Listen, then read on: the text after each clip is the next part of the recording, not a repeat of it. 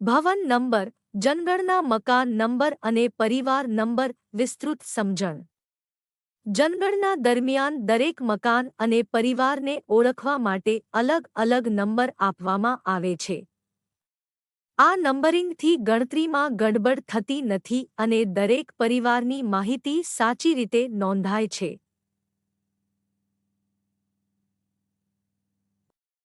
એક ભવન number, building number શું છે?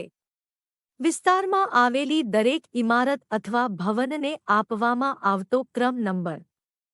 ઉદાહરણ: ભવન નંબર 1, ભવન નંબર 2, ભવન નંબર 3. મહત્વ: કઈ ઇમારત ગણતરીમાં આવી તે જાણી શકાય. નકશામાં ઓળખ સરળ બને. નોંધ: એક ભવનમાં ઘણા ઘરો અથવા ઘણા પરિવાર હોઈ શકે. 2 જનગણના મકાન નંબર, સેન્સસ હાઉસ નંબર શું છે? જનગણના માટે મકાન અથવા તેના અલગ ઉપયોગવાળા ભાગને આપેલો નંબર. ઉદાહરણ: એક જ ઇમારતમાં નીચે દુકાન, ઉપર 2 રહેણાંક મકાન. તો દુકાન CH નો 1, ઉપરનું ઘર CH નો 2, બીજું ઘર CH નો 3. મહત્વ: રહેણાંક અને બિન રહેણાંક ભાગ અલગ ઓળખાય. માહિતી સાચી રીતે નોંધાય. 3 પરિવાર નંબર, હાઉસહોલ્ડ નંબર શું છે? એક રસોડું વહેંચીને રહેતા લોકોના સમૂહને પરિવાર કહેવામાં આવે છે. દરેક પરિવારને અલગ નંબર આપવામાં આવે છે. ઉદાહરણ: એક ઘરમાં માતા-પિતા અને બાળકો પરિવાર 1, ભાડૂત પરિવાર પરિવાર 2. તો નો 1, નો 2.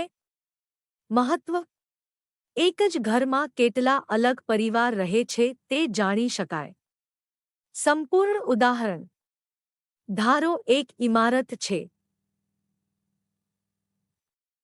વસ્તુ નંબર: ભવન નંબર 10, જનગણના મકાન નંબર 101, 102, પરિવાર નંબર 1, 2, 3. સ્થિતિ: નીચે દુકાન, ઉપર 2 પરિવાર. તો બિલ્ડિંગનો 10, સેન્સસ હાઉસનો 10/1, દુકાન, સેન્સસ હાઉસનો 10/2, રહેણાંક, હાઉસહોલ્ડનો 1, 2. યાદ રાખવાની મહત્વની બાબતો: ભવન આખી ઇમારત. જનગણના મકાન ઉપયોગ પ્રમાણે અલગ ભાગ. પરિવાર સાથે રસોડું ચલાવતા લોકો.